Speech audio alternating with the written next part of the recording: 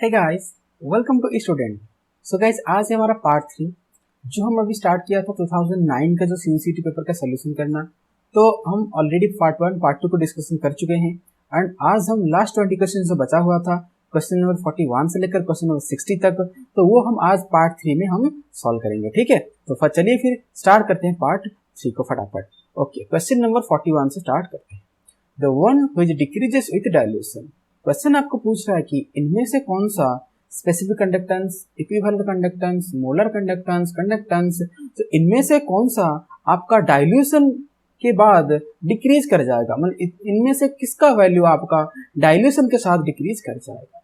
तो पहले हम समझ लेते हैं कि डाइल्यूशन ही क्या होता है। देखिए, डाइल्यूशन कुछ ऐसा होता है, एक छोटा सा एग्जांपल के साथ हम समझेंगे कि मान लीजिए कि आपने एक वाटर एंड शुगर को लेकर आपने एक शुगर सोल्यूशन बनाया है। अभी मान लीजिए कि आपने एक ग्लास 1 ग्लास ऑफ वाटर के साथ आपने जो आप 100 ग्राम्स ऑफ जो शुगर से उसको डालकर आपने शुगर सोल्यूशन बनाया है। लेकिन आपने क्या किया, बाद में एक्स्ट्रा ऊपर से 1 लीटर ऑफ वाटर आपने एक्स्ट्रा ऐड कर दिया, मतलब कि आपने सॉल्वेंट की अमाउंट और भी ज्यादा ऐड कर दिया। तो अब बताइए, जो आपका 1 ग्लास के लिए जो 100 जो ग्राम जो शुगर था उसका जितना स्वीटीनेस था, उस ग्लास में जितना आपका कंसेंट्रेशन था शुगर का, क्या वो 1 लीटर ऑफ सॉल्वेंट ऐड करने के बाद, वाटर ऐड करने के बाद, क्या उतना ही कंसेंट्रेशन रहेगा? Definitely not. आपका क्या हो जाएगा, जो आपका कंसेंट्रेशन है वो डिक्रीज कर जाएगा।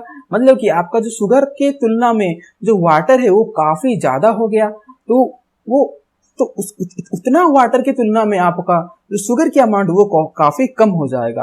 तो डाइल्यूशन अगर होता है, अगर आप डाइल्यूशन करते हो सॉल्यूशन को, और भी डाइल्यूट करना मतलब कि वाटर का ऐड करना, सॉल्वेंट को इंक्रीज कर देना, सॉल्वेंट का जो अमाउंट है उसका इंक्रीज कर देना। तो अगर आप डाइल्यूशन करते हो, सिंपल सा बात है कि आपका कंसेंट्रेशन जो है वो डिक्रीज कर जाता है। ओके, तो अभी हम देखते हैं कि डाइल्यूशन का इफेक्ट ये कंडक्टेंस के ऊपर क्या रहता है। देखिए गाइस, सिंपल से समझते हैं।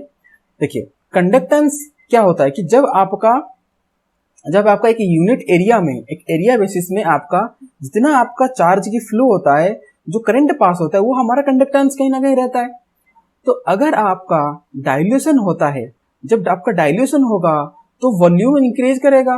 ओके, सॉल्वेंट की अमाउंट इंक्रीज करेगा। तो जब सॉल्वेंट की अमाउंट इंक्रीज करता है, जो रेस्पेक्टिव सॉल्यूट रहता है, मान लीजिए कि ए बी एक रेस्पेक्टिव आपका सॉल्यूट है, तो जब ज्यादा वाटर इंक्रीज करता है तो ए बी की जो डिग्री ऑफ डिसोसिएशन क्या होता है, वो इंक्रीज कर जाता है। मतलब कि आप ये हमेशा याद रखना कि डाइल्यूशन से आपका डिग्री ऑफ डिसोसिएशन जो है वो इंक्रीज कर जाता है आयंस के। तो जो सॉल्यूट है, अगर उसका डिग्री ऑफ डिसोसिएशन, मतलब कि डिसोसिएशन होने की पावर, डिग्री इंक्रीज कर गया, मतलब कि जो ए बी है वो पहले जितना डिसोसिएट होते थे, अभी और भी ज्यादा ए प्लस बी माइनस में डिसोसिएट हो जाएंगे। तो आफ्टर डाइल्यूशन जो आयंस की अमाउंट है वो बढ़ जाएंगे। अगर आयंस की अमाउंट, अगर मान लीजिए इस इतनी एरिया में आपके आयंस की अमाउंट पहले से ज्यादा बढ़ गए, तो उतने ही अमाउंट आपके क्या करेंगे, फ्लो करेंगे, और जितना ज्यादा फ्लो होगा उतना ज्यादा करंट पास होगा, हम कहेंगे उतना कंडक्टेंस ज्यादा हो रहा है, राइट। तो डाइल्यूशन से कंडक्टेंस तो डेफिनेटली इंक्रीज करता है, इसमें तो कोई शक नहीं। अब देखते हैं बाकी को, अब देखते हैं स्पेसिफिक कंडक्टेंस को। देखिए, स्पेसिफिक कंडक्टेंस क्या होता है कि conductance in 1 centimetre cube of area, आपका 1 सेंटीमीटर क्यूब की वॉल्यूम में आपको कंडक्टेंस मेजरमेंट करना है, मतलब कि एक फिक्स्ड वॉल्यूम कर दिया गया, इतनी ही वॉल्यूम में अभी आपको कंडक्टेंस मेजर करना है। अब एक बार सोचिए, जब आप डाइल्यूशन करेंगे, यहाँ पर अभी क्या हो जाएगा, आयंस की जो नंबर है वो बढ़ जाएगा इसकी तरह। लेकिन इसमें क्या था, इसमें वॉल्यूम उसके हिसाब से ज्यादा था। जब आयंस यहाँ पर इंक्रीज करेंगे तो वॉल्यूम भी उस हिसाब से ज्यादा था, तो मूवमेंट करने में कोई दिक्कत नहीं हुआ। जितना ज्यादा मूवमेंट हुआ उतना ज्यादा करंट पास हुआ, तो उससे कंडक्टेंस इंक्रीज कर गया। बट स्पेसिफिक कंडक्टेंस में वॉल्यूम फिक्स्ड है, इतना सा वॉल्यूम है, इतने से वॉल्यूम में अगर आप डाइल्यूशन करोगे तो बहुत ही ज्यादा जो आयंस के नंबर से वो बढ़ जाएंगे। अगर बहुत ही ज्यादा बढ़ जाएंगे तो होगा क्या, उनके बीच में रिएक्ट, मतलब कि अट्रैक्शंस होंगे, बॉम्बार्डमेंट्स होंगे, तो उससे क्या होगा कि जो आयंस है वो मूवमेंट नहीं कर पाएंगे, वो फ्लो नहीं कर पाएंगे। तो वो फ्लो नहीं कर पाएंगे तो इलेक्ट्रिसिटी ज्यादा प्रोड्यूस नहीं होगा, कंडक्टेंस डिक्रीज कर जाएगा। फॉर एग्जाम्पल आप एक मेले में गए हो, ठीक है, मेला में गए हो, तो वहां पर क्या होता है कि अगर पीपल्स की नंबर ज्यादा गैदरिंग हो जाती है वहां पर, तो एक छोर से दूसरे छोर तक जाने में आपको बहुत ही मशक्कत करना पड़ता है, इधर उधर से ऐसे ऐसे करके आपको जाना पड़ता है, ठीक है। तो वहां पर बहुत ही ज्यादा इंटरेक्शंस होते हैं, ठीक है, दिक्कत होता है मूवमेंट करने के लिए। तो वैसा ही नजारा कुछ इस केस में रहेगा, ठीक है। तो जब डाइल्यूशन होगा तो स्पेसिफिक कंडक्टेंस डेफिनेटली आपका डिक्रीज कर जाएगा।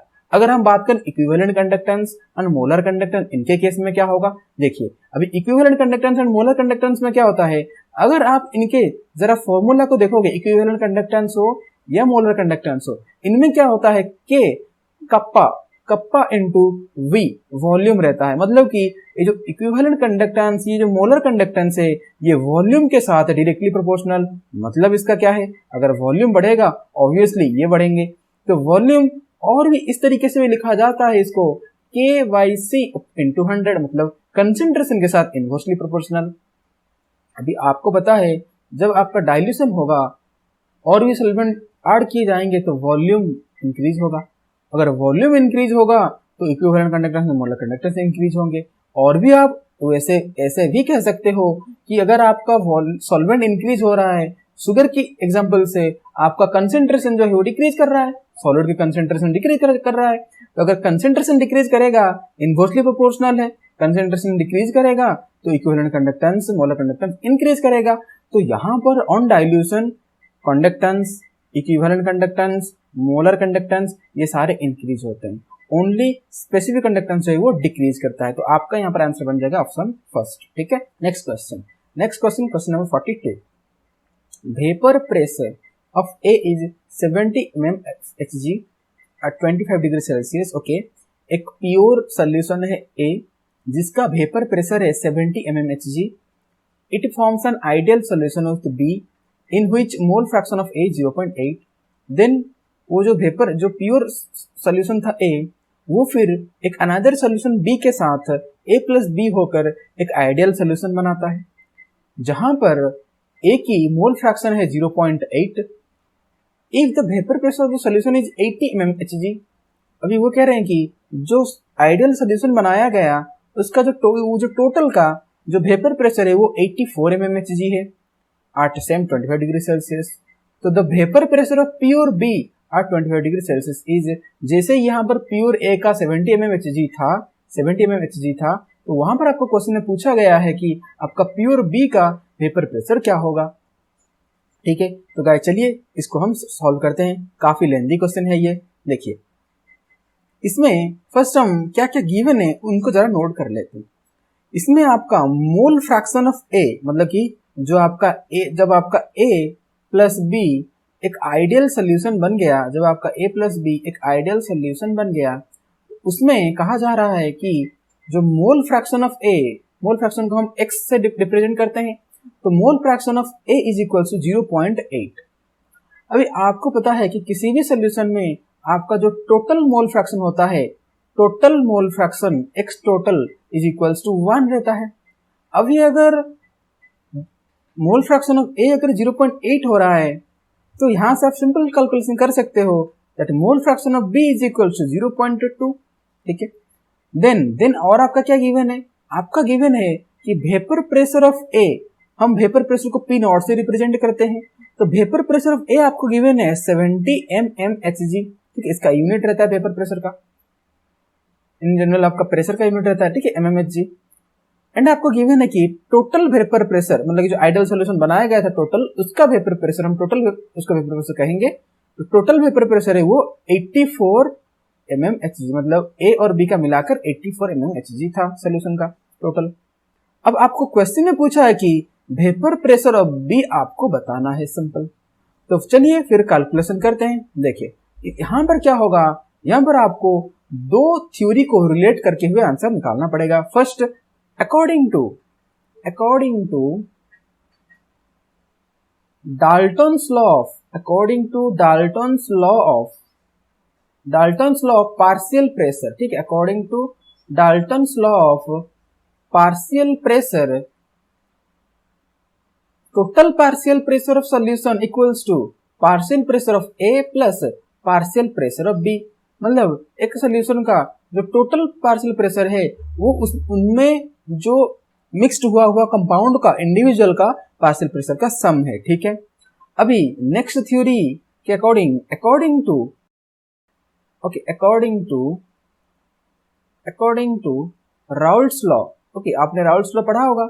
According to Raoult's law of vapour pressure, ठीक है, according to Raoult's law of vapour pressure, तो राउल्ट्स लॉ ने एक वेपर प्रेशर के रिगार्डिंग एक लॉ दिया था, दैट इज उनके हिसाब से जो पार्शियल प्रेशर है वो क्या रहता है कि आपका vapour pressure into mole fraction. ठीक है, vapour pressure into mole fraction रहता है। ठीक है, तो इसके हिसाब से हम यहाँ पर लिख सकते हैं कि total partial pressure equals to total vapour pressure into total mole fraction. Similarly partial pressure of A equals to vapour pressure of A into partial pressure of A, okay sorry mole fraction of A. Similarly partial pressure of B equals to vapour pressure of B into mole fraction of B, ये हम लिख सकते हैं। तो यहां से हम individually count कर सकते हैं, कैलकुलेट कर सकते हैं। अगर हम कैलकुलेट करें यहां पर पहले हम चलिए पार्शियल प्रेशर और टोटल प्रेशर काउंट करते हैं।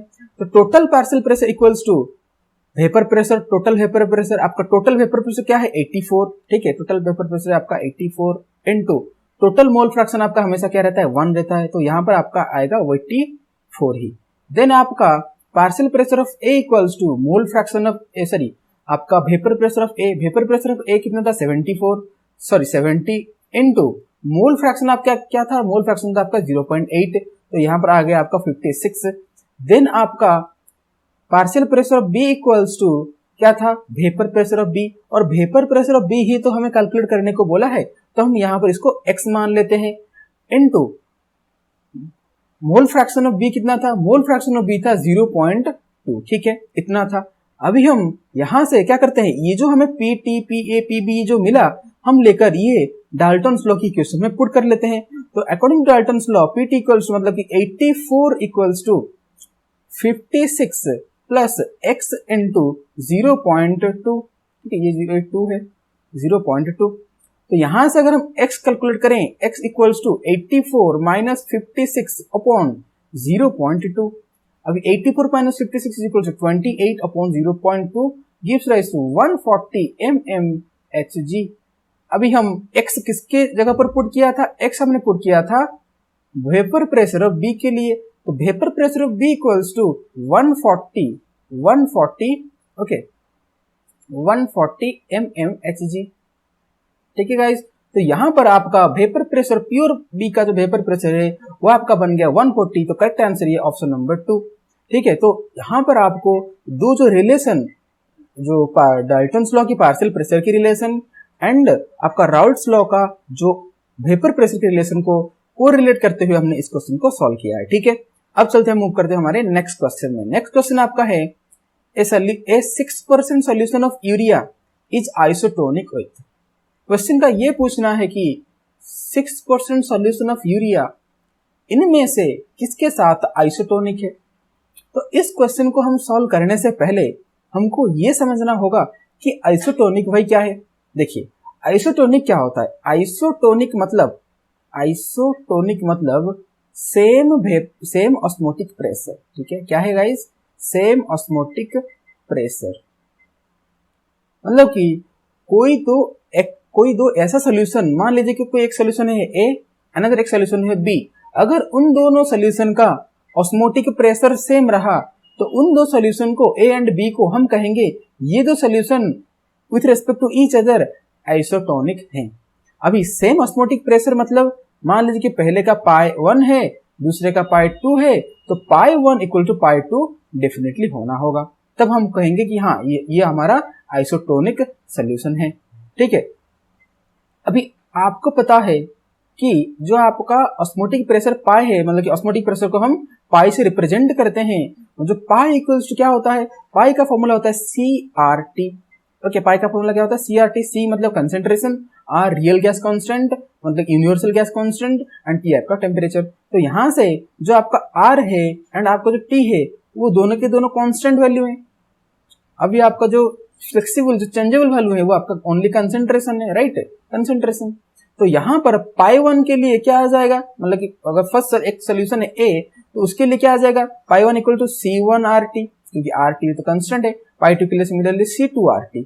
अगर हम यहाँ पर RT और RT को कैंसिल आउट कर दे बोथ साइड, तो आपको यहाँ पर क्या मिल जाएगा, आपको यहाँ पर मिल जाएगा C1 इक्वल्स टू C2, मतलब कि आपको सेम ऑस्मोटिक प्रेशर, मतलब ये भी इंडिकेट करता है कि सेम कंसेंट्रेशन। अगर कोई एक दो सोल्यूशन जिनका अगर कंसेंट्रेशन सेम आ जाए उसको भी हम कह सकते हैं कि ये आइसोटोनिक है। तो अभी हमें सिंपल सा काम ये करना है कि ये जो 6% सॉल्यूशन ऑफ यूरिया इसका कंसेंट्रेशन निकालना है, फिर हम चेक करेंगे कि इनमें से किसका कंसेंट्रेशन 6% सॉल्यूशन ऑफ यूरिया के कंसेंट्रेशन के बराबर है।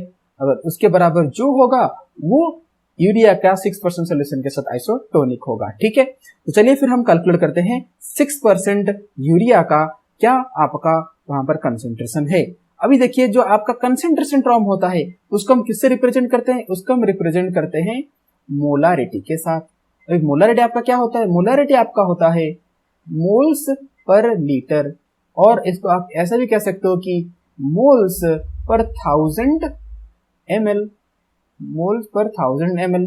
तो अभी हमें काउंट क्या करना है कि हमें मोल्स निकालना है और वो 1000 ml में रिस्पेक्टिव में कितना मोल्स है निकालकर हमें कंसेंट्रेशन निकालना है। अभी देखिए आपको क्या गिवन है, आपको गिवन है 6% सॉल्यूशन ऑफ यूरिया। तो इसका मतलब क्या है, इसका मतलब इसका मीनिंग सिंपल यही है कि 6 ग्राम की urea, 6 gram urea in 100 ml of solvent, 6 ग्राम की urea in 100 ml of solvent. अभी मतलब कि ये जो सोल्यूशन गिवन है इनमें इसमें 6 ग्राम ऑफ यूरिया यूज्ड हुआ है। तो 6 ग्राम से हम यहां से कैलकुलेट करते हैं मोल्स। ओके, आपको पता है कि 1 मोल्स गिव्स राइज टू आपका 60 ग्राम ऑफ यूरिया, क्योंकि यूरिया का जो मॉलिक्यूलर फॉर्मूला होता है वो क्या होता है, मॉलिक्यूलर फॉर्मूला होता है NH2C double bond O NH2। तो अगर आप यहाँ पर मॉलिक्यूलर मास कैलकुलेट करोगे तो आपका यहाँ पर 60 आएगा। तो 60 मतलब कि 1 मोल्स में आपका 60 ग्राम ऑफ यूरिया प्रेजेंट रहता है। तो अभी अगर 60 ग्राम के लिए 1 मोल्स है, 60 ग्राम के लिए अगर 1 मोल है तो 1 ग्राम के लिए कितना होगा, 1 ग्राम के लिए 1/60 होगा। तो 6 ग्राम के लिए कितना होगा, 6 ग्राम के लिए 6/60 मोल्स होगा। तो सिंपल हमें मिल गया दैट 6 ग्राम में आपका 6/60 मोल्स प्रेजेंट है। अभी ये जो 6/60 मोल्स है ये आपका 100 ml में प्रेजेंट है, लेकिन हमें मोलारिटी या कंसेंट्रेशन निकालने के लिए 1000 ml में कैलकुलेट करना पड़ेगा। तो हम यहाँ सिंपल सा ये लिख सकते हैं, हम यहाँ से सिंपल सा ये लिख सकते हैं दैट, मतलब कि हम यहाँ से लिख सकते हैं दैट कि अगर आपका 100 ml में कितना रह रहा है कि 6/60, तो आपका 1 ml में कितना रहेगा, 1 ml में रहेगा 6/60 इंटू 1/100 का डिवाइड होगा। अभी अगर आपको कितने ml में चाहिए, 1000 ml में, 1000 ml मतलब कि आपका 6/60 इंटू 100 इंटू 1000। तो यहां से आपका आ रहा है 1 मोलर कंसेंट्रेशन। तो यहां से सिंपल मतलब कि आपका जो 6% यूरिया का जो कंसेंट्रेशन है वो हमें मिल गया 1 मोलर कंसेंट्रेशन। तो अभी हमें देखना है कि ऑप्शन में किसका जो कंसेंट्रेशन है 1 मोलर है। सिंपल सा आपको यहाँ पर गिवन दे दिया कि 1 मोलर सॉल्यूशन ऑफ ग्लूकोज। तो यहाँ पर जो ग्लूकोज का 1 मोलर सॉल्यूशन ऑलरेडी गिवन है, तो यही आपका आंसर बन जाएगा। मतलब कि 1 मोलर सॉल्यूशन ऑफ ग्लूकोज का जो कंसेंट्रेशन है 1 मोलर, वही आपका इक्वल है 6% सॉल्यूशन ऑफ यूरिया का कंसेंट्रेशन के साथ। अगर इन दोनों का कंसेंट्रेशन सेम है तो इन दोनों का ऑस्मोटिक प्रेशर सेम है। अगर इन दोनों का ऑस्मोटिक प्रेशर सेम है तो ये दोनों आपके कहलाएंगे आइसोटोनिक सॉल्यूशन। तो 6% solution of urea is isotonic with 1 molar solution of glucose. Clear? Next question में मूव कर जाते हैं। ठीक है, next question is your question number 44 कह रहा है आपका in countries near to polar region, जो पोलर रीजन के हमारे जो कंट्री रहते हैं आइसलैंड वगैरह वो वगैरह पोलर रीजन के, the roads are sprinkled with calcium chloride. This is to minimise pollution, to minimise the accumulation of dust on the road, to minimize the wear and tear of the roads, to minimize the snowfall। देखिए आप एक यहाँ पर एक general से think आप सोचिए कि जो पोलर रीजन में जो आपका कंट्रीज रहते हैं वो सीवियर कोल्ड कंट्रीज रहते हैं, मतलब कि वहां पर आप ऐसा कह सकते हैं कि 24 आवर्स का वहां पर स्नोफॉल होता रहता है, स्नोफॉल, ठीक है। मतलब कि उनका जो रोड्स वगैरह हैं वो एकदम स्नो से भरे हुए रहते हैं। तो वहां पर इसलिए क्या किया जाता है कि रोड्स के साथ स्प्रिंकल्ड किया जाता है आपका कैल्शियम क्लोराइड को। अभी कैल्शियम क्लोराइड करता क्या है, देखिए गाइस, कैल्शियम क्लोराइड कुछ ये करता है कि आपका कैल्शियम क्लोराइड आपका जो आपका स्नो है, मतलब कि जो वाटर है उसका जो फ्रीजिंग पॉइंट है, जो वाटर का फ्रीजिंग पॉइंट में, ओके, जो आप क्या करता है कि वाटर का फ्रीजिंग पॉइंट में, ओके, फ्रीजिंग पॉइंट है, डिप्रेशन लाता है। क्या लाता है? डिप्रेशन। मतलब कि डिप्रेशन इन फ्रीजिंग पॉइंट आपका आ जाता है ड्यू टू कैल्शियम क्लोराइड। तो इस चीजों को, इस कंसेप्ट को अच्छे से समझिए। वाटर का फ्रीजिंग पॉइंट में डिप्रेशन आना मतलब कि वाटर का मान लीजिए अभी 0 डिग्री सेल्सियस फ्रीजिंग पॉइंट होगा, तो डिप्रेशन मतलब कि -5 डिग्री सेल्सियस पे जाकर वो फ्रीज होगा। तो अभी जो कोल्डनेस है वो और भी ज्यादा बढ़ाना पड़ेगा वाटर को, मतलब कि सॉलिड स्टेट में जाने के लिए, फ्रीज होने के लिए, स्नो में कन्वर्ट होने के लिए। तो अगर स्नो में कन्वर्ट होने का क्राइटेरिया हम और भी ड्रास्टिक कर दें और भी मतलब कूलनेस की तरफ ले जाएं, डिप्रेशन करके फ्रीजिंग पॉइंट को -10, -20, -30 इस तक ले जाएं, तो जो स्नोफॉल होने की चांसेस, मतलब स्नो का जो बनने का चांसेस है वो घट जाएगा। अगर स्नो का जो फॉर्म होने का चांसेस ही कम हो जाएगा तो स्नोफॉल ही ऑब्वियसली कम ही हो जाएगा। तो वो जो पोलर रीजन में जो कंट्री होते हैं वो स्नोफॉल से बचने के लिए, मतलब कि स्नोफॉल से जो उनके रोड्स को मतलब कि घेरने से बचने के लिए वो क्या करते हैं, रोड में आपका कैल्शियम क्लोराइड का यूज करते हैं। ठीक है, तो ये सीधा सा कंसेप्ट था। तो यहाँ पर आपका आंसर बन जाएगा टू मिनिमाइज स्नोफॉल। ठीक है, ओके, काफी बढ़िया क्वेश्चन था। Okay, next question, question number 45। Further reaction water liquid to the conversion of water gas at 373 kelvin and 1 atmospheric pressure, इनमें से कौन सा स्टेटमेंट सही है? Delta H is equal to T delta S, delta H is equal to delta E, delta H is equal to 0, delta E is equal to 0। ठीक है, okay, इसको हम कैसे करेंगे? देखिए, ये डेल्टा H को देखकर आपको कुछ याद आ रहा होगा। एक थर्मोडायनामिक्स में एक रिएक्शन था, मतलब कि सॉरी, एक रिलेशन था, एक फॉर्मूला था गिव्स फ्री एनर्जी के लिए, that is delta G is equals to delta H minus T delta S. ये फॉर्मूला तो आपको काफी अच्छे से याद रहा होगा। अभी यहाँ पर क्या रहा है आपको देख सकते हो, water liquid is equilibrium with water gas. ये काफी बड़ा हिंट है इस क्वेश्चन को सॉल्व करने के लिए। आपको पता है कि इक्विलिब्रियम में, एट इक्विलिब्रियम, यहाँ मैं लिख दूं, एट इक्विलिब्रियम पे आपका डेल जी की वैल्यू जो है, change in gives free energy की वैल्यू, वो 0 हो जाता है। तो इस रिएक्शन के लिए आपका डेल जी की वैल्यू 0 हो जाएगा। तो 0 equals to delta H minus T delta S. अगर ये टी डेल्टा एस को मैं यहां से उठाकर इक्वल के लेफ्ट साइड में ले आऊं तो डेल्टा H इक्वल टू आपका बन जाएगा टी डेल्टा एस। तो ये ऑप्शन आपको फर्स्ट ऑप्शन में दिख रहा है। ये तो काफी मतलब कि आसान सा क्वेश्चन था। बस आपको ये जो फॉर्मूला है इसको आपको रिमाइंड करके लाना था। ठीक है, चलिए नेक्स्ट क्वेश्चन में मूव कर जाते हैं। Question number 46। A compound A and B crystallizes in a cubic lattice in which the A atoms occupy the lattice point at the corners of the cube। Okay, मतलब कि एक crystal lattice है जहां पर A and B दो different type के मतलब कि कंपाउंड्स हैं, एटम्स हैं, और उनका कहना है कि वो जो लैटिस है वो लैटिस के कर्नर में आपके A एटम्स ऑक्यूपाई कर रहा है। The B atoms occupy the centre of each face, मतलब कि जो क्यूब की जो 6 फेसेस होते हैं उनके सेंटर में आपका B प्रेजेंट है। The probable empirical formula of the compound is, देखिए चलिए इसको देखते हैं। देखिए आपका एक लैटिस कैसा होता है, आपने बचपन में एक लैटिस को ड्रॉ करने का ट्रिक सीखा होगा कुछ इस तरीके से। बट थोड़ा मतलब इस तरीके से आपका रहता है, ठीक, राइट, ओके।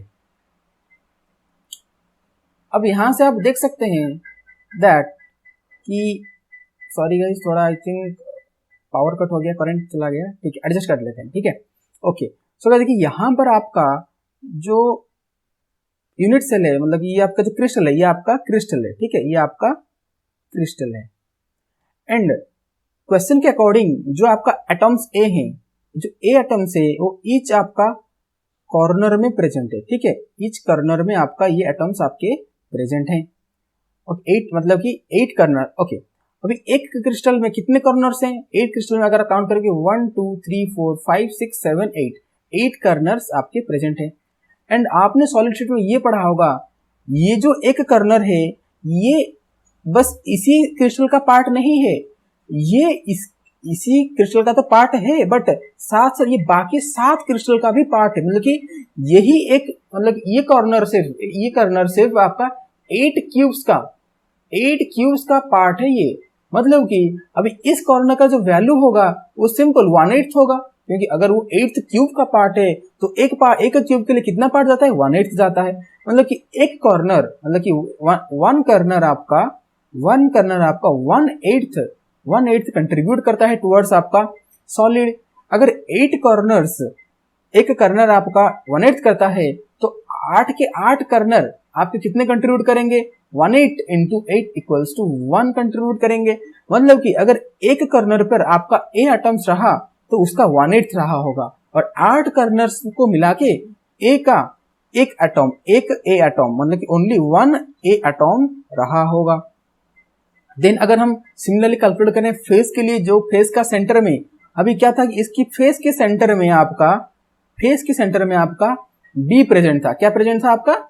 फेस के सेंटर में आपका बी प्रेजेंट था। इसी फेस के सेंटर में देखिए इस तरीके से आपका 6 फेस सेंटर में आपका क्या प्रेजेंट था? आपका बी प्रेजेंट था, ठीक है। ये पीछे वाले, ये नीचे वाले, तो इस तरीके से आप कितने फेस रहते हैं? आपके फेसेस जो होते हैं, आपके जो फेस होते हैं वो 6 फेस सेंटर होते हैं। और अभी हर एक फेस आपका 2 क्यूब का पार्ट रहता है, तो एक फेस एक क्यूब में हाफ कंट्रीब्यूट करता है। तो हाफ मतलब अगर 6 फेसेस रहते हैं और आपका वन फेस जो है वो हाफ कंट्रीब्यूट करता है। अगर आपका यहाँ पर बी एटम्स हैं तो वो हाफ प्रेजेंट है। अभी 6 के 6 फेसेस में अगर वो बी प्रेजेंट है तो कितना है? 1/2 into 6, तो 3 atoms of B, 3 atoms of B present होंगे। तो टोटल क्रिस्टल में आपको ये पता चला कि ए का आटम एक ही प्रेजेंट है और बी का आटम 3 प्रेजेंट है। मतलब कि आप एम्पिरिकल फॉर्मूला ये कह सकते हो कि AB3, सिंपल। तो आपका यहां से आंसर बन जाएगा AB3, मतलब कि वो क्रिस्टल जो बनेगा ना वो आपका AB3 टाइप बनेगा। तो यहां से आपका सेकंड ऑप्शन करेक्ट हो जाएगा। Okay, next question, question number 47। In electrophilic aromatic substitution reaction the nitro group is meta directing because it increase electron density at meta position, increase electron density at ortho and para position, decreases electron density at ortho and para position, decreases electron density at meta position। तो क्या है इसका correct answer? ठीक है कि in electrophilic aromatic substitution. Okay, तो electrophilic aromatic substitution की बात आ रहा है। ओके, देखिए तो यहां पर आप अच्छे से समझिए कि इलेक्ट्रोफिलिक, ये काफी कंसेप्चुअल है। Electrophilic aromatic substitution. ओके, तो इसको समझाने के लिए हम ये क्या करते हैं, एक बेंजीन रिंग का ड्रॉ करते हैं। ठीक है, ये हमारा बेंजीन रिंग रहता है और यहाँ पर 6 के 6 हाइड्रोजन अटैच रहते हैं। ठीक, अब देखिए ध्यान से समझिए, इलेक्ट्रोफिलिक एरोमेटिक सब्स्टिट्यूशन। अभी ये जो आपका बेंजीन है, गाइस, ये एक एरोमेटिक सिस्टम है। अभी जो सब्स्टिट्यूशन रिएक्शन होगा, लेकिन सामने से कोई आकर जो सब्स्टिट्यूशन रिएक्शन दिखाएगा, वो किसके ऊपर दिखाएगा? वो ये जो बेंजीन रिंग है इसके ऊपर दिखाएगा। मतलब एक इलेक्ट्रोफिलिक एरोमेटिक सब्स्टिट्यूशन इस बेंजीन रिंग इस एरोमेटिक सिस्टम के ऊपर होगा। अभी इलेक्ट्रोफिलिक मतलब क्या कि इलेक्ट्रॉन लविंग, फिलिक मतलब लविंग, मतलब कि सामने वाला कोई बंदा इलेक्ट्रॉन को ढूंढते हुए, इलेक्ट्रॉन को लव करते हुए आएगा। मतलब कि अगर वो इलेक्ट्रॉन को लव करते हुए आ रहा है, इलेक्ट्रॉन को चाह रहा है, मतलब उसके खुद के पास इलेक्ट्रॉन नहीं है, मतलब कि इलेक्ट्रॉन की डेफिशिएंसी उसके खुद के पास है, मतलब वो एक इलेक्ट्रोफाइल है। वो एक इलेक्ट्रोफाइल है जो कि आकर यहाँ पर सब्स्टिट्यूट होना चाहता है, क्योंकि आपका बेंजीन रिंग जो है वो एक इलेक्ट्रॉन रिच स्पेसी है, वो एक इलेक्ट्रॉन रिच स्पेसी है। ये एक न्यूक्लियोफिलिक सेंटर है। न्यूक्लियोफिलिक मतलब कि ये इलेक्ट्रॉन रिच सेंटर है जो कि न्यूक्लियस को लव करेगा। न्यूक्लियस मतलब कि एक डेफिशिएंसी को लव करेगा। तो इलेक्ट्रोफिलिक एरोमेटिक सब्स्टिट्यूशन मतलब सामने से एक इलेक्ट्रोफाइल आएगा, तो सामने से एक इलेक्ट्रोफाइल आएगा। इलेक्ट्रोफिलिक मतलब कि इलेक्ट्रोफाइल मतलब जो इलेक्ट्रॉन को लव कर रहा हो और यहाँ पर इलेक्ट्रॉन भर भर के हैं, यहाँ पर आकर सब्स्टिट्यूट होगा। सब्स्टिट्यूट कैसे होगा कि यहाँ पर ये जो डबल बॉन्ड है, ये इलेक्ट्रॉन है, ये जाकर सामने वाला जब देखेगा कि यहाँ पर वैकेंसी है, वो जाकर यहाँ से अटैक कर लेगा। जब यहाँ से अटैक करता है तो क्या होता है कि आपका यहाँ पर एक वैकेंसी क्रिएट हो जाता है और यहाँ पर आपका ई आकर अटैच हो जाता है और यहाँ से पहले से हाइड्रोजन था। अभी ये जो सिस्टम का एरोमेटिसिटी लॉस हो गया। जब ये एरोमेटिसिटी लॉस हो जाएगा तो वो चाहे कि खुद की एरोमेटिसिटी को वापस ले, तो लेने के लिए क्या करेगा, इस हाइड्रोजन को बाहर मतलब कि बाहर भेज देगा और ये बॉन्ड जो ये यहाँ पर आकर सब्स्टिट्यूट हो जाएगा। तो यहाँ पर जब आ जाएगा तो आपका ये एरोमेटिक जो है वो वापस गेन हो जाएगा। तो यहाँ पर आपका देखिए पहले इस पोजीशन पर आपका हाइड्रोजन था, अभी हाइड्रोजन को सब्स्टिट्यूट कर दिया गया और उसके जगह पर आपका ये इलेक्ट्रोफाइल आकर बैठ गया।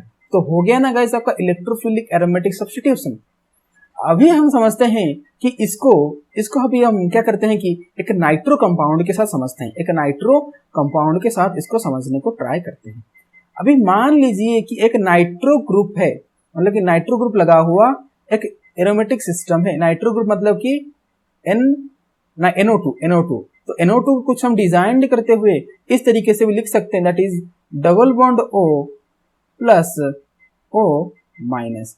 तो NO2 इस तरीके से आपका रहता है, या आप इसको इस तरीके से भी दिखा सकते हो, दैट इज यहाँ पर कोऑर्डिनेट बॉन्ड दिखा के, ये आपका NO2 है। अभी नाइट्रो ग्रुप आपको पता है कि ये आपका एक इलेक्ट्रॉन विदड्रॉइंग ग्रुप है, मतलब कि इलेक्ट्रॉन को खुद की तरफ खींचने वाला ग्रुप। अभी वो क्या करेगा कि जब ये वाला पाई बॉन्ड है ये यहाँ पर खींचेगा और ये बॉन्ड यहाँ पर ब्रेक होकर चला जाएगा, ठीक है। तो इससे क्या होगा गाइस, इससे होगा क्या कि आपका यहाँ पर एक इस पॉइंट पर आपका यहाँ पर एक वैकेंसी क्रिएट हो जाएगा। इस पॉइंट पर आपका वैकेंसी क्रिएट हो जाएगा। ये double bond N single bond O minus और यहाँ पर ऐसा करके ये होगा, ठीक है। देन जब ये वाला मतलब कि ये वाला जो बॉन्ड है इस वैकेंसी को फिल करने के लिए जब यहाँ पर गिरेगा तो यहाँ पर एक वैकेंसी आ जाएगा। तो इसको फिल करने के लिए ये वाला डबल बॉन्ड यहाँ पे गिरेगा तो अगेन यहाँ पे वैकेंसी आ जाएगा। तो आप खुद ही देख रहे हो कि जो वैकेंसी है वो ऑर्थो पैरा ऑर्थो मतलब कि ऑर्थो एंड पैरा पोजिशन पर इलेक्ट्रॉन की डेंसिटी हो रही है, लेकिन ये जो मेटा पोजिशंस हैं यहाँ पर इलेक्ट्रॉन की डेंसिटी इंक्रीज कर रहा है और ऑर्थो एंड पैरा पोजिशन पर इलेक्ट्रॉन डेंसिटी डिक्रीज कर रहा है। सो इसका मतलब ये है कि जब मतलब कि यहाँ पर जब इलेक्ट्रोफिलिक सब्स्टिट्यूशन रिएक्शन होगा तो उनमें जो आपका अपकमिंग इलेक्ट्रोफाइल है, आप खुद सोचो, जो अपकमिंग इलेक्ट्रोफाइल है जो कि इलेक्ट्रॉन की डेफिशिएंट है, उसको कौन अटैक करेगा, जो पॉइंट आपका इलेक्ट्रॉन से भरा हुआ हो, इलेक्ट्रॉन रिच हो। और आप खुद ही देख सकते हो कि यहाँ पर इलेक्ट्रॉन रिच है किस पोजीशन पर, मेटा पोजीशन पर। तो मेटा पोजीशन पर ही ये इलेक्ट्रोफिल को अटैक कराया जाएगा। तो आपका आफ्टर इलेक्ट्रोफिलिक एरोमेटिक सब्स्टिट्यूशन कैसा बन जाएगा, मतलब कि आपका ये नाइट्रो ग्रुप है, तो ये जब नाइट्रो ग्रुप है तो इस वजह से आपका यहाँ पर मेटा पोजीशन पर आपका ये इलेक्ट्रोफाइल अटैच हो जाएगा। तो इस वजह से आप देख सकते हो कि जब नाइट्रो ग्रुप लगा हुआ एक रिंग सिस्टम था तो मेटा पोजीशन पर आपका इलेक्ट्रोफाइल लगा, लेकिन इन जनरली आपका ऑर्थो पोजीशन पर लग रहा था। तो क्वेश्चन आपको कुछ इस ऐसा पूछा है कि in electrophilic aromatic substitution reaction the nitro group is meta directing because of, ऐसा क्यों है? क्योंकि increases electron density at meta position. आपने खुद ही अभी देखा कि मेटा पोजीशन पर इलेक्ट्रॉन डेंसिटी इंक्रीज कर रहा है, इस वजह से वहां पर आपका जो इलेक्ट्रोफिलिक सब्स्टिट्यूशन रिएक्शन हो रहा है और इलेक्ट्रोफिल उसी पोजीशन पर ही आपका अटैक हो रहा है और अटैच हो रहा है। ठीक है, ओके। तो अब चलते मूव करते हैं हमारे नेक्स्ट क्वेश्चन में, क्वेश्चन नंबर 48। ठीक है, CH3COH एसिटिक एसिड और लिथियम एल्यूमिनियम हाइड्रेट के प्रेजेंस में X दे रहा है। देन X आपका कैल्शियम 300 डिग्री सेल्सियस में Y दे रहा है सेल्सियस में। देन Y को जब हम डाइल्यूट NaOH दे रहे हैं तो हमें Z मिल रहा है। In the wave reaction Z is, तो आपको बोला जा रहा है कि आपको Z क्या है आपको फाइंड आउट करके बताना है। देखिए फर्स्ट क्या है, फर्स्ट आपका है CH3COOH। इसमें क्या दिया गया? लिथियम एल्यूमिनियम हाइड्राइड, जो कि काफी क्या है, स्ट्रॉन्ग रिड्यूसिंग रिएजेंट है। तो एसिड को क्या करेगा, डायरेक्टली जाकर अल्कोहल में कन्वर्ट कर देगा। मतलब CH3 मतलब कि यहां पर क्या हो जाएगा, CH3 CH2OH डायरेक्टली अल्कोहल में कन्वर्ट कर देगा, इथाइल अल्कोहल में। मतलब कि ये आपका X है। देन X में क्या दिया गया है, कैल्शियम साथ 300 डिग्री सेल्सियस। तो आपने क्लास 12 में पढ़ा होगा ऑर्गेनिक में कि जब आप अल्कोहल को कैल्शियम 300 डिग्री सेल्सियस देते हो तो इस रिएक्शन का नेम क्या होता है कि डीहाइड्रोजिनेशन। क्या होता है गाइस, डीहाइड्रोजिनेशन रिएक्शन। एंड ये प्रोसेस एल्डिहाइड की प्रिपरेशन करने का एक प्रोसेस रहता है, डीहाइड्रोजिनेशन। तो होता क्या कि यहाँ पर हाइड्रोजन क्या होता है, रिमूव हो जाता है, H रिमूव हो जाता है। तो उसके बाद आपको यहाँ पर फॉर्म होता है CH3C♯OH, क्योंकि जब यहाँ से H2 चला जाएगा तो आप देख सकते हैं कि CH3CHO ही बचेगा। तो ये एल्डिहाइड होता है। अभी इस एल्डिहाइड में क्या किया गया है कि डाइल्यूट सोडियम हाइड्रोक्साइड दिया गया है। अभी आपको पता है जब डाइल्यूट सोडियम हाइड्रोक्साइड गिवन हो और आपका कार्बोनिल के पास में एक अल्फा हाइड्रोजन प्रेजेंट हो तो यह आपका कौन सा रिएक्शन देता है गाइज, यह आपका देता है एल्डोल रिएक्शन। क्या देता है आपका, एल्डोल रिएक्शन। तो एल्डोल रिएक्शन देगा तो ऑब्वियस सी बात है आपको एल्डोल प्रोडक्ट ही मिलेगा। तो यहाँ पर आपका आंसर बन जाएगा 4। ठीक है, next question, question number 49। The best method for the conversion of an alcohol into an alkyl chloride by treating the alcohol with.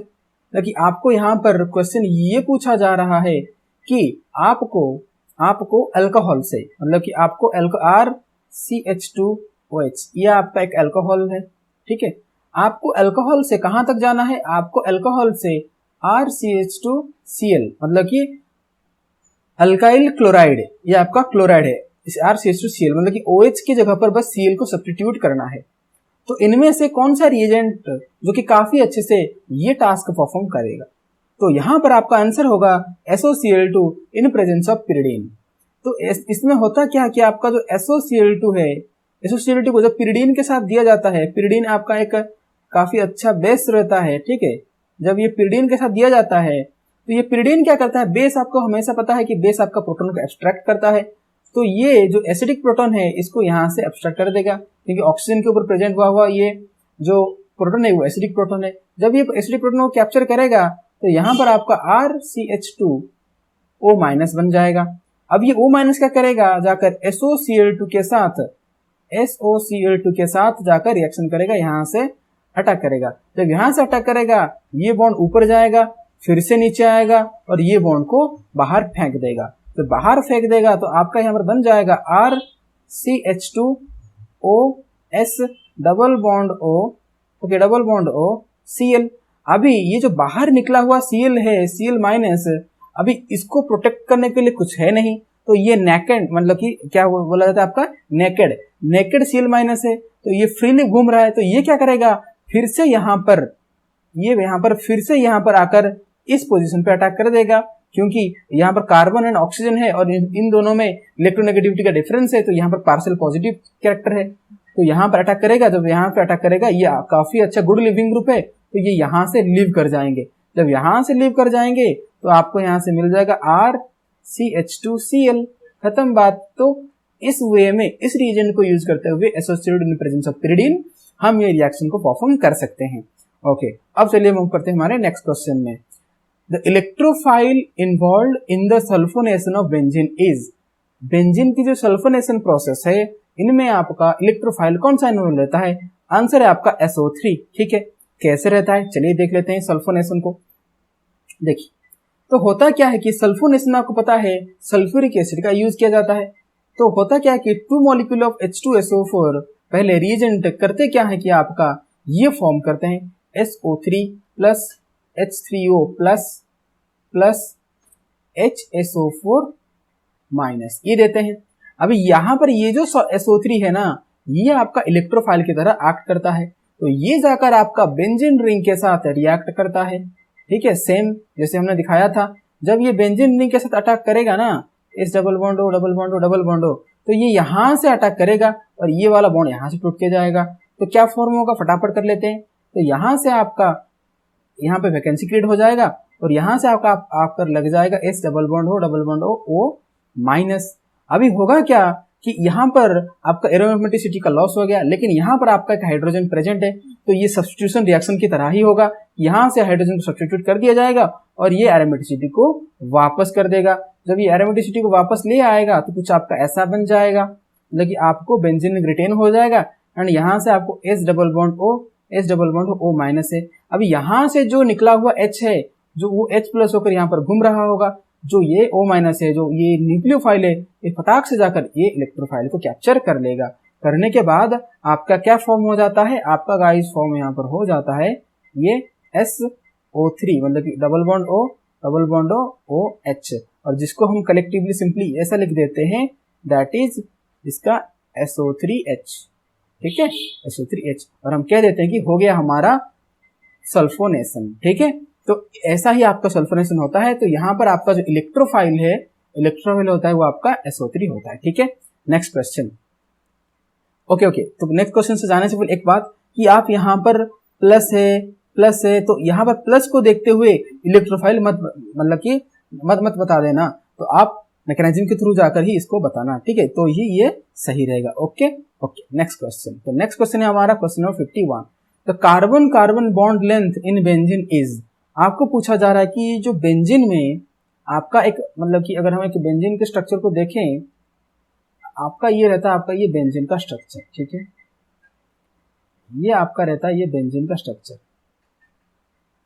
अगर हम ये बेंजीन के स्ट्रक्चर को देखें, आपको क्वेश्चन ये पूछ रहा है कि the carbon bond length in benzene, तो यहाँ पर ये जो कार्बन है एंड यहाँ पर, मतलब कि अगर मैं इसको कलरिंग में दिखाऊं, मतलब कि अगर आपको यहाँ पर एक कार्बन है एंड यहाँ पर और एक कार्बन है, इस कार्बन की जो बॉन्ड लेंथ है वो कितना है।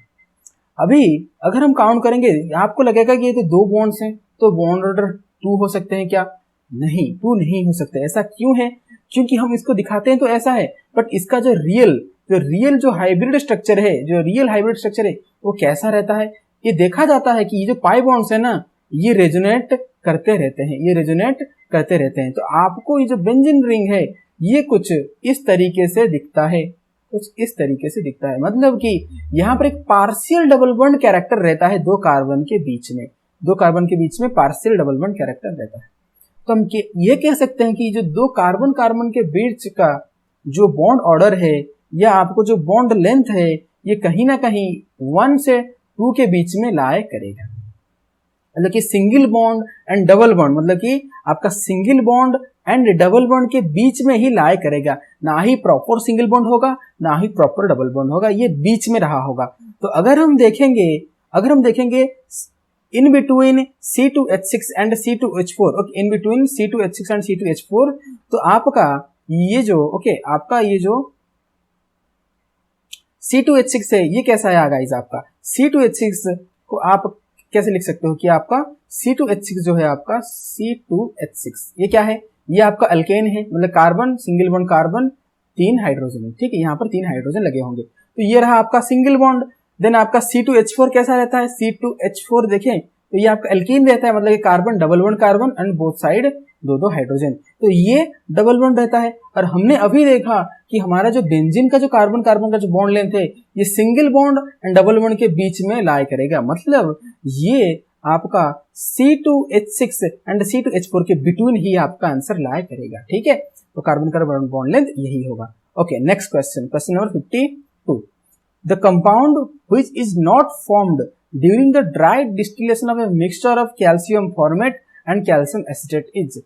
क्वेश्चन में आपको ये पूछा जा रहा है कि calcium formate and calcium acetate को जब आप ड्राई डिस्टिलेशन करोगे तो इनमें से कौन सा कंपाउंड आपको नहीं मिलेगा।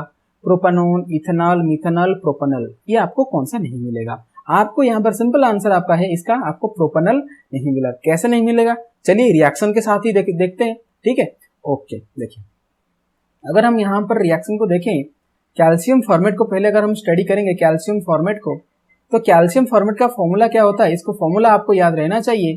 कैल्शियम फॉर्मेट का फॉर्मूला होता है HCOO होल का 2 कैल्शियम, ये आपका कैल्शियम फॉर्मेट है। और इसको हम इस तरीके से लिख सकते हैं कि HC डबल बॉन्ड O, फिर ये कैल्शियम, फिर एक oxygen, C double bond OH, यही रहता है आपका HCO का होल 2 का कैल्शियम।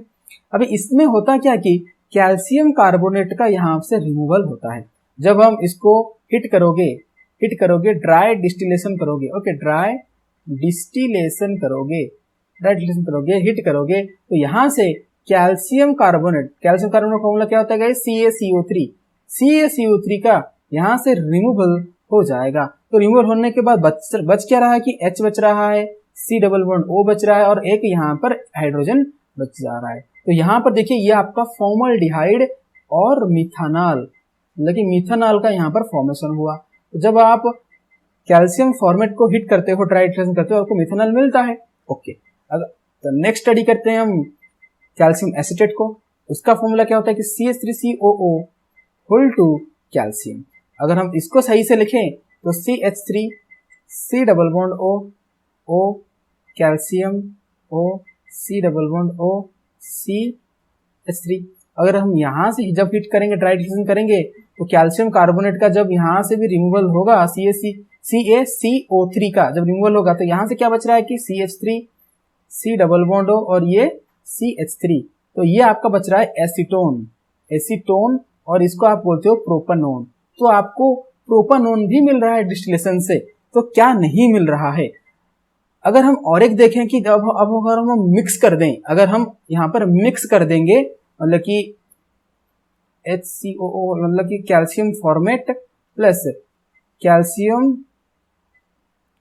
एसिटेट को अगर हम मिक्स कर दें, मिक्स करके अगर हम बनाएंगे, तो यहाँ से आप उसी सेम वे में अगर स्ट्रक्चर करके देखोगे, तो यहाँ से आपको गाइज, यहाँ से आपको CH3 C double bond H, ये एसिटल्डिहाइड और इथेनॉल आपको फॉर्म होता हुआ मिलेगा। लेकिन किसी भी वे में आपको यहाँ पर प्रोपेनॉल का जनरेशन नहीं हुआ, प्रोपेनॉल का प्रोडक्शन नहीं हुआ। तो यहाँ पर dry distillation of your calcium formate and calcium acetate में आपको प्रोपेनॉल का फॉर्मेशन नहीं हुआ। तो यहाँ पर इस वजह से आपका यहाँ पर आंसर बन गया था प्रोपेनॉल, ठीक है। अब चलते हैं, हम मूव करते हैं हमारे नेक्स्ट क्वेश्चन में। Next question is your question number 43। An organic compound X is oxidised by using acidified potassium dichromate, मतलब कि आपका एक कंपाउंड है X जो कि क्या किया गया, उसको ऑक्सीडाइज किया गया इन प्रेजेंस ऑफ K2Cr2O7 जो कि स्ट्रॉन्ग ऑक्सीडाइजिंग एजेंट है। The product obtained react with phenyl hydrogen, यहां से जो प्रोडक्ट ऑब्टेन हुआ, मान लीजिए कि प्रोडक्ट ऑब्टेन हुआ P, जो कि क्या कर रहा है कि फिनाइल हाइड्रोजन के साथ रिएक्शन आगे दिखा रहा है, फिनाइल हाइड्रोजन के साथ, ठीक है। तो आप पहले ही कंफर्म ये हो जाइए कि फिनाइल हाइड्रोजन के साथ रिएक्शन कौन दिखाता है। एक आपका दिखाता है एल्डिहाइड, एक आपका दिखाता है कीटोन, ठीक है। ओके, आगे बढ़ते हैं। But does not answer silver mirror test, but silver mirror test को वो रेस्पॉन्स नहीं करता है। एंड आपको पता है एल्डिहाइड कीटोन में से कौन रेस्पॉन्स करता है, कौन नहीं करता है। आपको पता है कि जो आपका एल्डिहाइड है वो सिल्वर मिरर टेस्ट को दिखाता है, लेकिन आपका जो कीटोन है वो नहीं दिखाता। तो आपका जो आंसर का इंडिकेशन है वो कहीं ना कहीं कीटोन की तरफ जा रहा है। ठीक है, कीटोन की तरफ जा रहा है, मतलब कि जो ये आफ्टर ऑक्सीडेशन करने वाला प्रोडक्ट है वो कीटोन होना चाहिए। तो आपको भी देखना चाहिए, क्योंकि आपको पूछा तो पॉसिबल स्ट्रक्चर ऑफ एक्स, मतलब कि ऑक्सीडेशन से पहले वाला कंपाउंड कौन है। तो अभी आपको दिमाग ये लगाना है कि कौन सा वो चारों ऑप्शन में से कंपाउंड है जिसको मैं ऑक्सीडेशन करने के बाद in presence of strong oxidising agent मुझे मिलेगा कीटोन। अगर हम यहां से देखें आपका फर्स्ट ऑप्शन को, फर्स्ट ऑप्शन क्या है, फर्स्ट ऑप्शन आपका है CH3CH3CHOH, मतलब कि 2 डिग्री अल्कोहल। क्या है गाइज, ये आपका 2 डिग्री अल्कोहल है। एंड आपको पता है कि जब आप 2 डिग्री अल्कोहल को ऑक्सीडेशन करते हो in presence of K2Cr2O7 strong oxidising agent, तो यह आपको यहाँ पर क्या बना के देता है, यह आपको बना के देता है CH3C double bond O CH3, मतलब कि एक कीटोन कंपाउंड देता है। तो आपका यहाँ पर आंसर बन जाएगा फर्स्ट। आपको बाकी को देखना भी नहीं है, मतलब कि आप अगर चेक भी करोगे तो आपको ये नहीं बनेगा, क्योंकि आप अगर आप एल्डिहाइड को ऑक्सीडेशन करोगे तो एसिड मिल जाएगा, क्योंकि स्ट्रॉन्ग ऑक्सीडाइजिंग एजेंट है। अभी आप अगर आप अल्कोहल को ऑक्सीडेशन करोगे, 1 डिग्री अल्कोहल है, प्राइमरी अल्कोहल है, तब भी आपको एसिड मिल जाएगा। अभी अगर आप कीटोन को ऑक्सीडाइज करोगे तब भी आपको एसिड मिल जाएगा, और एसिड के साथ तो फिनाइल हाइड्रोजन रिएक्ट ही नहीं करता। लेकिन आपको यहाँ पर कीटोन का फॉर्म कराना था। अभी कीटोन का फॉर्म आपको 2 डिग्री अल्कोहल से ही मिलेगा, तो आपका यहाँ पर आंसर बन जाएगा आपका first option. Okay, first option आपका यहाँ पर आंसर बन जाएगा। ठीक है, काफी बढ़िया क्वेश्चन था ये, मतलब कि ट्विस्टेड वाला क्वेश्चन था, बस आपको वो ट्विस्ट को घुमा घुमा के सीधा करना था। ठीक है, next question, question number 54। The reaction involved in the oil of wintergreen test is salicylic acid. In presence of heat, concentrated H2SO4 product. The product is treated with Na2CO3 solution. The missing reagent in the above reaction is, मतलब कि आपको oil of wintergreen का test के बारे में पूछा जा रहा है, जिसमें आपको बोला जा रहा है कि ऑयल ऑफ विंटरग्रीन टेस्ट में क्या किया जाता है कि सैलिसिलिक एसिड के साथ क्या किया जा रहा है कि आपका जब सैलिसिलिक एसिड गाइस क्या होता है, सैलिसिलिक एसिड मतलब कि यहाँ पर OH है, यहाँ पर COOH है, इसको हम कहते हैं सैलिसिलिक एसिड। ठीक है गाइस, इसको हम कहते हैं सैलिसिलिक एसिड। जब ये सैलिसिलिक एसिड में आप क्या देते हो, हिट देते हो, कंसंट्रेटेड H2SO4 देते हो, और इसके साथ साथ जब आप यहाँ पर इसमें मिथाइल अल्कोहल देते हो, तो इसमें होता क्या है, इसमें गाइस क्या होता है कि इसमें आपका यहाँ पर CH3O- का फॉर्मेशन होता है, मतलब कि H2SO4 से आपका ये डिसोसिएटर क्या बनेगा, H प्लस HSO4-। ठीक है, तो इसमें होता क्या है गाइस, ये CH3O- मतलब कि HSO4- क्या करता है, यहाँ से अगर प्रोटॉन को कैप्चर करता है और इसको न्यूक्लियोफाइल का जनरेशन करता है, और ये न्यूक्लियोफाइल जाकर ये कार्बन अटैक करके ये OH को बाहर निकालता है, और बाहर निकालने के बाद आपको क्या फॉर्म होता है गाइस, आपको कुछ इस तरीके से फॉर्म होता है OH, ठीक है, C double bond O OCH3। ठीक है, जब जो OH था ना उसके प्लेस में आपका OCH3 आ जाता है। तो यही आपका होता है ऑयल ऑफ विंटरग्रीन, और इसका नॉर्मल नेम होता है मिथाइल सैलिसिलेट। क्या होता है, मिथाइल सैलिसिलेट, और जिसका नेम होता है ऑयल ऑफ विंटरग्रीन। तो ऑयल ऑफ विंटरग्रीन को पाने के लिए ही आपका ऑयल ऑफ विंटरग्रीन का टेस्ट होता है, और उसमें क्या होता है कि आपका सैलिसिलिक एसिड में आपका दिया जाता है हिट कंसंट्रेटेड H2SO पर, उसके साथ मिथाइल अल्कोहल। तो आपका जो यहाँ पर मिथाइल अल्कोहल ही मिसिंग था, जिसको कि लिखा नहीं गया था, तो मिथाइल अल्कोहल मतलब कि मिथेनॉल आपका मिसिंग था। तो मिथेनॉल ही आपका जो मिसिंग रीजेंट है वो मिथेनॉल आपका है। ठीक है, next question, question number 55। The compound which forms acetaldehyde when heated with dilute NaOH is, मतलब कि आपको क्वेश्चन में ये पूछा जा रहा है कि आपका इन चारों ऑप्शन में से किसको आपको जब डाइल्यूट NaOH के साथ हिट करोगे तो आपको एसिटाल्डिहाइड मिलेगा। देखिए गाइस, यहाँ पर ना आपका आंसर बन जाएगा 1,1 डाइक्लोरोइथेन। ऐसा क्यों है, चलिए रिएक्शन ही करके देख लेते हैं। देखिए होगा क्या, जब आप 1,1 डाइक्लोरोइथेन मतलब कि कार्बन 1 1 मतलब कि हम ऐसा लिख सकते हैं, दैट इज यहाँ पर CH3 CH, यहाँ पर Cl Cl। जब ये 1 1 डाइक्लोरोइथेन को जब आप करते क्या हो कि डाइल्यूट NaOH, जब आप डाइल्यूट NaOH देते हो ना, तो डाइल्यूट NaOH देते हो तो यहाँ पर क्या होता है कि यहाँ पर 2 मॉलिक्यूल्स NaOH कंज्यूम होता है, एंड कंज्यूम होकर आपको कुछ इस तरीके से यहाँ पर OH लग जाता है एंड यहाँ पर OH लग जाता है, और यहाँ पर H तो रहता ही है, उसके साथ 2 मॉलिक्यूल्स ऑफ NaCl निकल जाते हैं, बल्कि ये NaCl निकल जाते हैं, OH लग जाता है। ठीक है, अब इसमें से होता क्या है, इसमें से आपका वाटर का रिमूवल होकर आपका यहाँ पर क्या होता है गाइज, आपका यहाँ पर वाटर का रिमूवल होकर, मतलब कि कुछ इस तरीके से वाटर का रिमूवल होता है, जो ये हाइड्रोजन था ये अपना बॉन्ड इधर देता है और यहाँ से ये निकल जाता है। निकल जाने के बाद आपको यहाँ पर CH3 C double bond O H तो इधर था ही, प्लस उसके साथ वाटर का फॉर्मेशन, तो मिल गया ना गाइस आपको एसिटाल्डिहाइड। तो ऐसा ही जब आप 1 1 डाइक्लोरोइथेन को रिएक्ट करोगे इसके साथ तो आपको ये मिल जाएगा। ठीक है, तो एग्जाम में ये काफी लेंथी क्वेश्चन हो सकता है, क्योंकि आपको तो डायरेक्टली मतलब कि ये व्यू नहीं हो पाएगा कि किसके साथ रिएक्शन करें, तो ये मतलब आपका एसिटाल्डिहाइड फॉर्मेशन हो सकता है। तो आपको इंडिविजुअल स्ट्रक्चर ड्रॉ करके देखना होगा। मान लीजिए कि आपने 1 ट्राइक्लोरोइथेन को ही टेस्ट किया, 1 ट्राइक्लोरोइथेन मतलब 1 ट्राइक्लोरोइथेन मतलब कि CH3 C Cl, यहाँ पर भी Cl, यहाँ पर भी Cl, यहाँ पर भी Cl।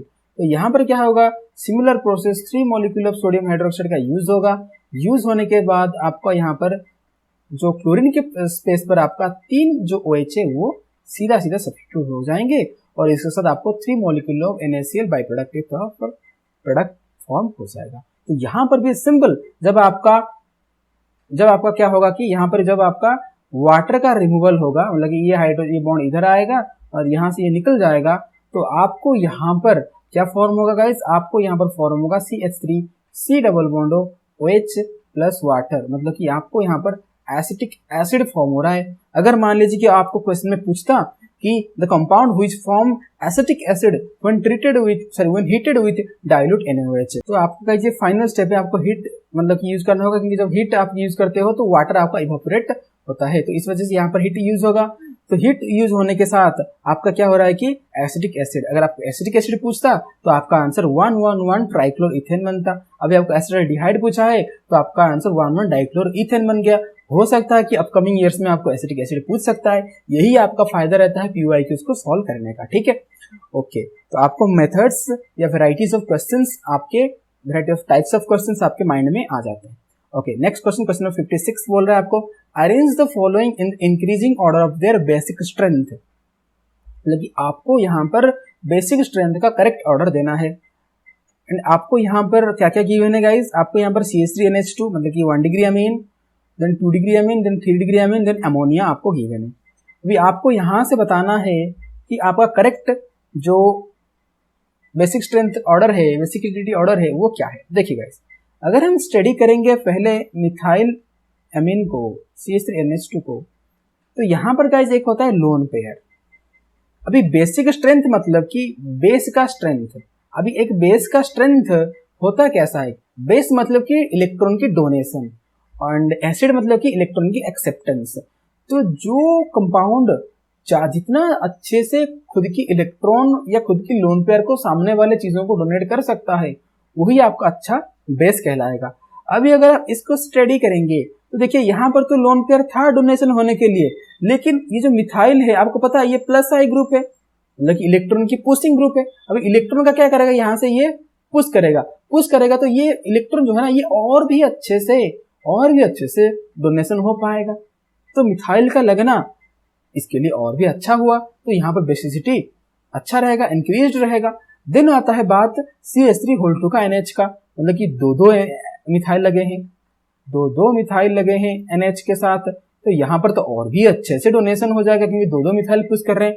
लेकिन यहाँ पर एक कंसेप्ट है आपका, जब आपका 3 मिथाइल लगे हो, जब आपका यहाँ पर 3 मिथाइल लगे हो तो होता क्या है गाइज, इन 3 मिथाइल की वजह से यहाँ पर स्टेरिक आ जाता है, मतलब कि रिपल्सन, भीड़ भाड़ आ जाता है। तो उससे होता क्या है, ये जो आपका लोन पेयर है ये काफी अच्छे से सामने वाले को डोनेशन नहीं कर पाता, क्योंकि ये इन तीनों के रिपल्सन के बीच में फंस जाता है, ये डिस्टर्ब हो जाता है, तो ये अच्छे से डोनेशन नहीं हो सकता।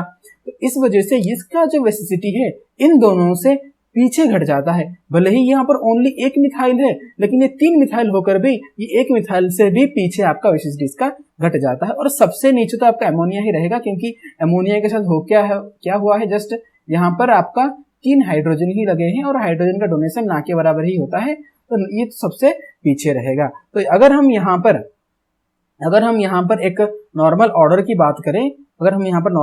बात करें, तो सबसे जो मतलब कि ज्यादा बेसिक होगा आपका वो 2 डिग्री अमीन्स होगा, जहां पर 2 मिथाइल ग्रुप प्रेजेंट होंगे, क्योंकि 2 मिथाइल ग्रुप में कोई भी टेंशन नहीं है, बहुत ही अच्छे से आपका डोनेशन जो है वो हो जाता है। तो आपका मिथाइल अमीन जो है, मतलब कि 2 डिग्री अमीन जो है वो तो फर्स्ट में रहेगा, मतलब कि इस कंडीशन में इन दो केस में फर्स्ट में तो ऑप्शन 2 और 3 आपका कैंसिल आउट, ठीक है।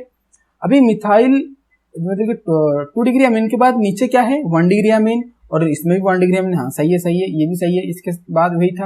और इसके बाद किसका आना था, इसके बाद 3 डिग्री अमीन का, क्योंकि 3 डिग्री सबसे आपका कम है जो अमोनिया का है, तो अमोनिया सबसे लास्ट और 2 डिग्री सबसे फास्ट। तो आपका ये जो 4th वाला ऑप्शन है यही आपका करेक्ट आंसर इसके लिए बन जाएगा। आई होप कि ये ऑर्डर आपको काफी अच्छे से समझ में आ गया होगा। अब चलते हैं मूव करके हमारे क्वेश्चन नंबर 57 में। The one which has a least iodine value is, simple answer है, इसका आंसर है घी। घी में क्या होता है, आपका जो आयोडीन की वैल्यू है वो सबसे कम होता है, क्योंकि ये एक बहुत ही प्यूरिफाइड फॉर्म होता है, क्योंकि ये मिल्क को कर्निंग करके आपका ये जो घी है ये बनाया जाता है, और ये काफी प्योर माना जाता है। इन मतलब कि हम हिंदुइज्म की अगर बेस पर देखें, हमारे हिंदुइज्म की बेस पर, तो आपका घी जो है वो काफी मतलब कि होली, मतलब कि एक होली मतलब कि चीज होती है जो कि भगवान के पास जाकर ये पूजा में लगता है, तो इस वजह से ये काफी प्योर माना जाता है। एंड इसमें रियलिटी में इन साइंटिफिकल पर्पज कि इसमें आयोडीन का वैल्यू सबसे लिस्ट रहता है, और बाकी ये ground nut, ginger oil, sunflower, इनमें आयोडीन की वैल्यू रहता है। तो आपका यहाँ पर आंसर बन जाएगा घी, ठीक है। Next question number 58। A diabetic person carries A pocket of glucose with him always, because मतलब एक डायबिटिक पर्सन है जिनको डायबिटीज है, ठीक है, वो हमेशा पॉकेट में क्या कैरी करते हैं, एक ग्लूकोज का पैकेट कैरी करते हैं। ऐसा क्यों वो कैरी करते हैं, क्योंकि गाइस होता क्या है कि डायबिटिक पर्सन मतलब कि जिनका मतलब कि डायबिटीज उन्हीं को होता है, या डायबिटीज का जो पहचान उन्हीं में होता है जिन पर्सन के ब्लड में आपका शुगर का लेवल में इम्बैलेंस्ड हो, मतलब कि बहुत ही ज्यादा हो या बहुत ही कम हो। तो होता क्या है कि कभी कभी आपका सडनली मतलब कि एक पर्सन अभी कुछ काम कर रहे हैं या कुछ कर रहे हैं, वो सडनली क्या होता है कि ब्लड में शुगर का लेवल काफी डिक्रीज होता है, मतलब कि काफी लो हो जाता है। तो लो हो जाने से उनको बहुत ही परेशानी आ जाती है, problems.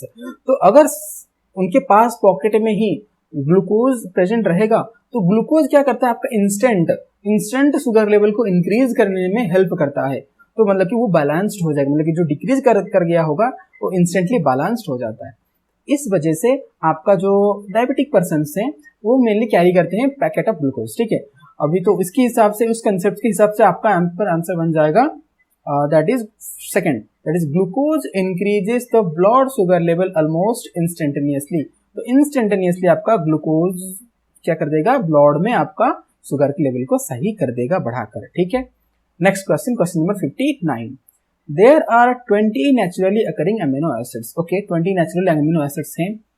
The maximum number of tripeptides that can be obtained is, मतलब कि एक ट्राइपेप्टाइड्स, आपको पता है ट्राइपेप्टाइड्स मतलब कि तीन मतलब कि आपको वहां पर अमीनो एसिड मिलकर या ऐसा होकर आपको वो पेप्टाइड्स दे रहे हैं, मतलब कि प्रोटीन्स। क्योंकि आपको पता है कि जब अमीनो एसिड मिलते हैं चेन में, तो आपका वो प्रोटीन बनाते हैं, राइट, प्रोटीन बनाते हैं।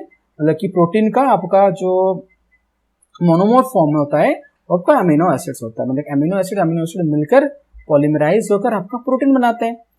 अभी क्वेश्चन में पूछ रहा है आपको 20 नेचुरली अकरिंग अमीनो एसिड्स हैं, जो कि आपका मैक्सिमम कितने नंबर तक ट्राइपेप्टाइड फॉर्म कर सकते हैं। इसका सिंपल सा मैथमेटिकल ट्रिक है कि आप सिंपल सा ये करो, जितने नंबर्स ऑफ आपके अमीनो एसिड्स हैं, कितने नंबर है? 20 है। कितना, कौन सा आपको पेप्टाइड बनाना है गाइस? ट्राइपेप्टाइड। तो सिंपल क्या करो, इसका क्यूब कर दो 20 टू द पावर 3। तो 20 टू द पावर 3 जब आप करोगे तो इसका गाइस आपका आंसर आ जाएगा 8000। तो आपका यहाँ पर जो 20 अगर नेचुरली करेंगे अमीनो एसिड्स हैं तो 20 अमीनो एसिड्स को लेकर हम मैक्सिमम 8000 ट्राइपेप्टाइड्स हम मतलब कि ऑब्टेन कर सकते हैं। ठीक है, ओके। नेक्स्ट क्वेश्चन, ये ट्रिक आप ध्यान रखना अच्छे से, ठीक है। Next question number 60, cooking is fast in A pressure cooker because, मतलब कि कुकर में जो प्रेशर कुकर है उसमें आपका जो कुकिंग है, जो फूड बनाने का जो प्रोसेस है वो इतना फास्ट क्यों होता है? देखिए गाइस, ये काफी सिंपल सा प्रोसेस है।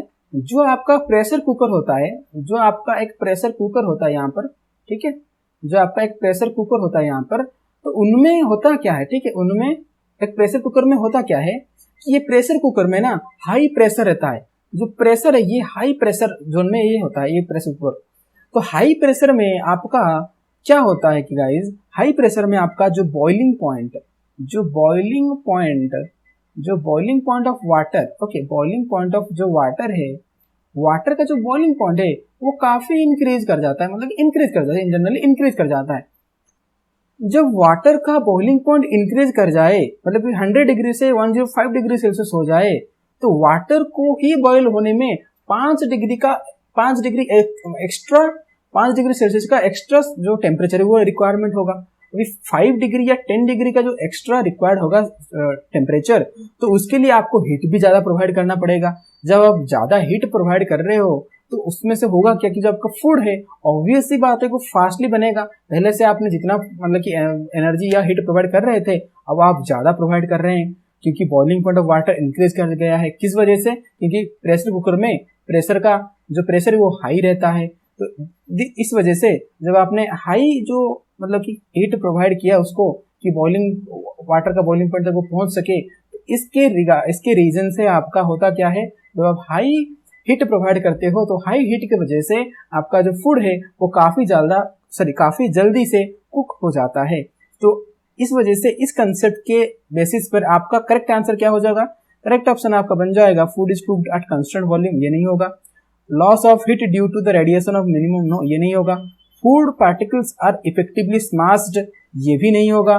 Water boils at very high temperature inside the pressure cooker, exactly pressure cooker के अंदर इनसाइड में आपका जो वाटर का जो बॉइलिंग पॉइंट है वो हाई हो जाता है, मतलब कि हाई टेम्परेचर पर जाकर वाटर बॉइल्स करता है। तो वाटर को हाई टेम्परेचर पे बॉइल्स करने के लिए हाई हीट की भी रिक्वायरमेंट होती है, और जब हाई हीट का हम प्रोवाइड करते हैं तो बहुत ही जल्दी आपका फूड क्या हो जाए, वो कुक हो जाता है। ठीक है, तो आई होप कि आपको ये 20 क्वेश्चंस काफी अच्छे से समझ में आ गए होंगे। ठीक है, तो आज हमारा कंप्लीट हो जाता है ये पार्ट 3 के साथ 2009 CUCT का पेपर। ठीक है, तो नेक्स्ट सेशन में हम नेक्स्ट और एक पेपर को हम डिस्कशन करेंगे। ठीक है, तो तब तक के लिए गाइज अच्छे से आप प्रिपेयर करते रहिए। All the best.